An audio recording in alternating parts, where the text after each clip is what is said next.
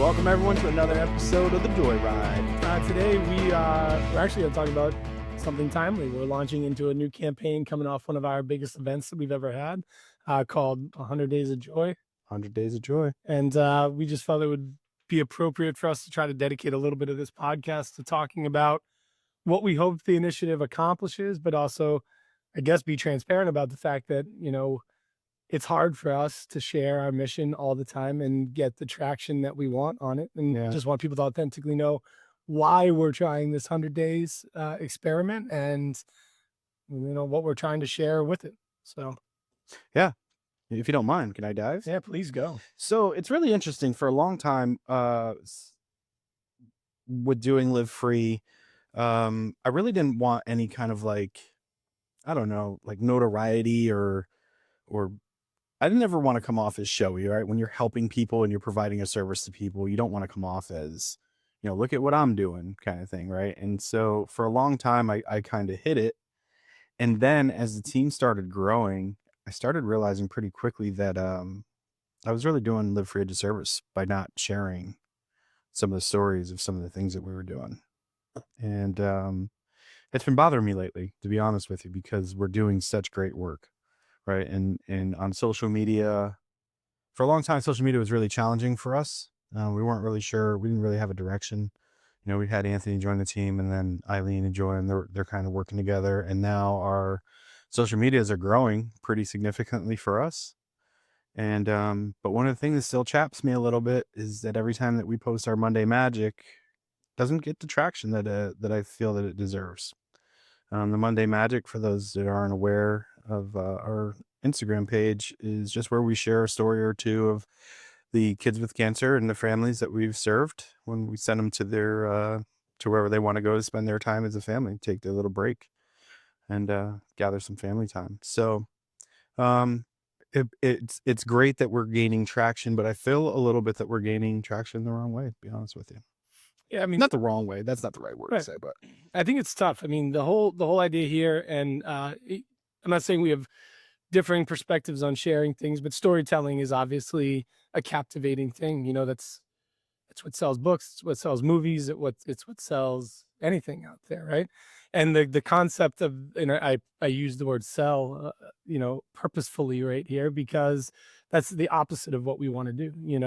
To me, I see our mission and the work that I try to engage in with the families here at Live Free as an opportunity for them to spend family time together. And when you think about what family time together means, it is not family time together with a camera running and documenting all the things that you do. Right. It's not, creating a stage for that person to stand on and kind of show, what it is, and that's not me being passive aggressive with any other organizations out there, because sometimes a stage is appropriate. Sometimes a kid has something that they want to do that, when they get some notoriety for doing it is appropriate, but that's not what we venture out to do. So if we're not venturing out to provide a platform for people to show off, what we're doing with them, how do we then share their experience in a way that our donors, our followers, our people that invest in what we do and work hard to try to help us accomplish our mission, how do we then show what we do without trivializing the experience, without marginalizing those that we're trying to help? And that's a really appropriate question for us to ask ourselves. My eyes are really opened. I had my mentor Al Guido come in to when we were back at the iHub. So last year or so, he had come through to do a little podcast with Lauren, and I wanted to show him what we were doing, because I knew that he knew what we were doing at Live Free, but I knew that he didn't really know what we were doing, because again, I was keeping that secret essentially. Right. So he come in, and he's godfather of email marketing, so he's a marketing guy, and he comes in, he was just overwhelmed with emotion because he saw in our office what we were doing. And what I mean by that is our wall of smiles. And I know that you know about it, but for the people at home, whenever families share pictures with us, we get them printed out and we put them on our huge wall of smiles. There's hundreds and hundreds of photos of kids smiling and families smiling during some of their toughest moments.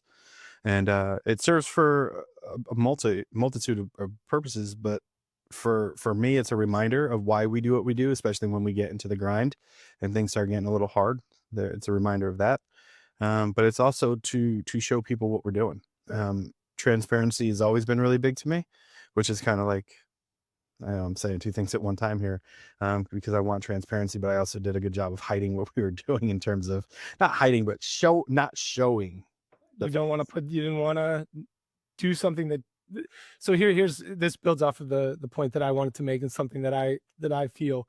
Um, the wall of smiles is organic. The things that are shared there are not like, when Courtney fulfills these opportunities for families to go and spend some time together, it's not like, please send me a picture and send me a narrative of what you do. Right. It's like, have some fun. If you want to provide us, with some feedback on it, that would be great. So when I look at those the walls of smiles are moments that are captured by the families that are there, and they want to share it back with us. I felt that really, we talked timely here. We had a young man, a young adult, participate in our hockey, 24-hour hockey showcase at the beginning, named Corey. He's a student here at Sacred Heart. And he's coming off of his cancer treatment for brain cancer. And he's a relationship that we've been building to try to give him a moment of joy. We ended up having a raffle item that was returned to us by the person that won it, because they couldn't go to it. And it was 2 tickets to a Bruins game. And he sent me a picture, just of him and his mom, just saying thank you. It wasn't like, here's that picture that you requested of us at the Bruins game. Right. It was an authentic moment of joy that was shared with us. Yeah. Now, yes, he was thanking us. So now we have to then say, well, are we sharing this out from there? Who's the audience that gets to see this? And I think a large majority of the time, when we reconnect with the family after that, they welcome us to share it, because it truly was a shining moment. And to me, that's, I think, why we take it personally. I don't know. I try not to take too many things personally when it comes to this stuff, but why we take it personally when we share those things out and they're not engaged with. Yeah. And that makes It bothers me so much. well, yeah, but again, who's at fault then? Sure. And again, this is, I think, the point of this podcast here, where we're showing that we're claiming some of that blame, because Most we are not sharing it Yeah. the way that it feels to us. Yeah. It's almost like I would love to see a video come through of us opening the picture of the moment and explaining what it meant to us, because that is how these pictures come in, how these stories come in. They're shared with us to show us what they're doing. And I think that's what we're going to try to do with this. Yeah. Al had mentioned me. He was like, and you could tell that it, not that it bothered him, but it weighed on him a little bit. Right. And he was like, Dan, you have to bring this wall to life. Mm. And sat on it for a few months and just couldn't understand what that meant, right? Like, how do we bring this static wall to life? And for a while I was thinking about, and we did print one out, like a step and repeat, like a large banner, so we can bring it to events so people can see, because the wall of smiles is in our office. But kind of popped into our head about doing something on Instagram. Instagram is really set up, it's the right platform. I think it's set up to have a wall. And so, yeah, I think we're going to go through with this. Well, not think, we are going to go through with Right. this. We're definitely going to try to add some things to it. And this is like, we've been actively brainstorming about ways to really bring that to life without it just being a picture and a static post about it. I think adding narration, adding story from our perspective is really important. Yeah. And I think it's something that will add value to that. And we want our audience to engage in it, to comment on it, to share it, and just kind of show. And actually, like, beyond like sharing it and liking it, like a like to me, or a heart on something like that, or a comment, shows that they're getting out of that moment what we got out of that Yeah. moment by it being shared with us. And I think that's the important element of this. We're trying to bring to our audience the feelings we get and what motivates us to continue to do the work that we're doing. And we talk about affirmations all the time, to experience the affirmation that we experience in the direction that we're going, that these moments are significant and important, that yes, people need diversions from the trauma that they're experiencing, and these moments of joy give them that opportunity to pause in the moment and find time together. You know, it's interesting. As we're going over this, I'm thinking about these walls of smiles, the wall of smiles, and all these pictures. And there's some really amazing stories in there, right? One of my favorite photos is the photo of the French fries, and that's all it is, right? So it's a photo of half-eaten French fries with a half-used container of ketchup, and the note that was attached to that was, "Sorry, we didn't take more pictures. We were just having too much fun." That is Right, and literally that's it, Yep. right? But it's deeper than that too, Jim. This wall of smiles is it's showing donors and people that support us what we do with the funds that we get. But also each one of those photos is a story of inspiration. And they can serve as a story of inspiration for each and every person that sees it and interacts with it.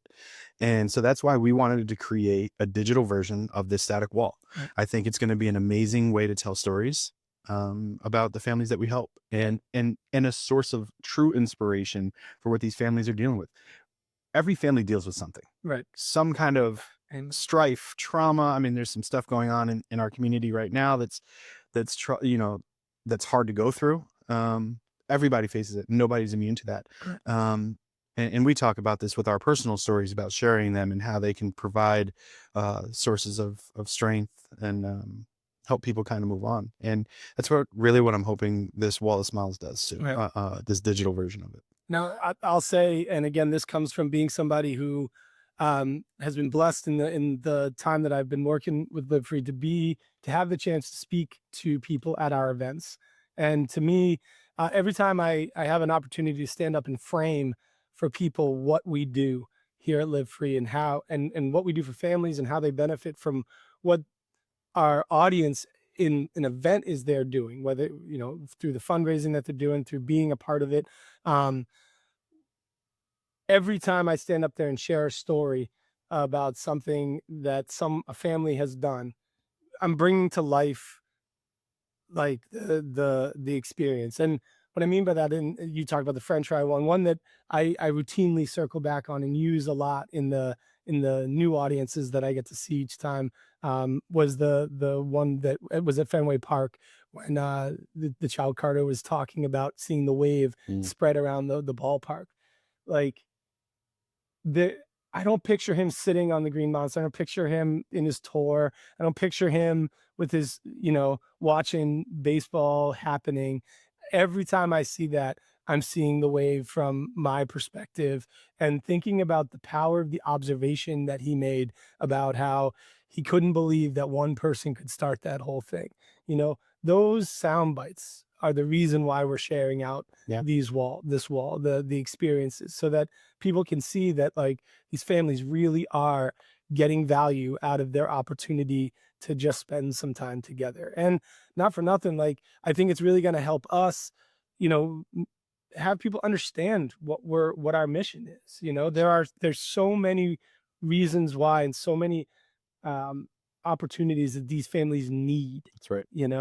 and some of them are small, some of them are big, some of them are unexpected, some of them have to be reactive, some of them need to be well planned out and thought all the way through. And we try to offer that in a diverse way. I think, circling back and returning it back to Live Free and how our mission is taking form in bigger ways, Yeah. I think is really important. As that wall grows, so does our commitment to what we do, and so does the pathway to how we accomplish it. Amen. I think that that's Amen. really important. Yeah. I I just and then simply, I just want people to know what we do, man. Like I can't tell you how many people say, "Hey, Live Free, what do you do over there? Are you doing research for cancer? You're like this organization, you're like that." It's like we're similar, but we're very different. Right. We're very different, and we're going to show you now. We might be a little bit in your face. I mean, that's a little bit of a concern that we have. Right. Like I said, our Instagram it's not huge, but it's been growing pretty good. And one of the concerns that we had was, well, is this going to stifle growth? And to be honest, I don't really care, to be honest, because it's important to put these kids in our mission first. Yeah. I mean, when you are doing what we do, you have to show them how we're doing things and why we're fundraising. And I think that this is a very important time for us to dedicate 100 days Yeah. to kind of sharing out these stories. So again, on Instagram, what this is going to look like is it's our static posts that we make on Instagram will only be about moments of joy that we are fulfilling. And it's going to be the only thing we share out at those moments. Now we have other things going on. We'll use reels and stuff like that to accomplish that, but we're really committing to this, and it's kind of scary. And I think that's why we're having this conversation right now, because we don't want it to be watered down. We want people to understand why we're doing it.